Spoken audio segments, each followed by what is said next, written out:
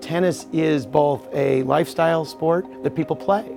More people play tennis as a percentage of our audience than probably any other network on the air in terms of participation of any sort. It's absolutely gender neutral in every way.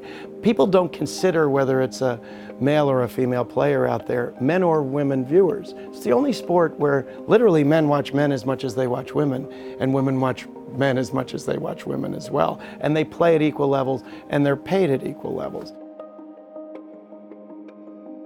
My senior year, I basically finished at the studio. I was walking into the studio first, pulling ratings, writing them down, distributing them to then Jeffrey Katzenberg, Barry Diller, and Michael Eisner at Paramount, which was an amazingly magical time, and I probably owe all my success to. I went to the Cheers sales meeting for Paramount and then flew home to graduate.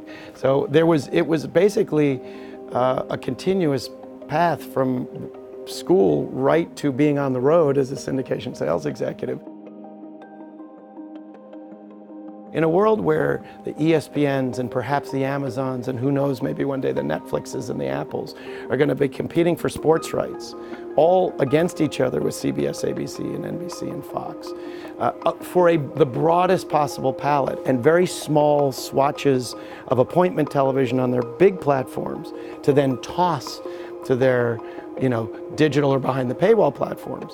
We're not doing that. We're creating a place where people feel that they can have a safe haven in something that is viscerally entertaining. And they tell us, no one ever says I've seen enough tennis. The technology's finally caught up, but the sport is the real answer.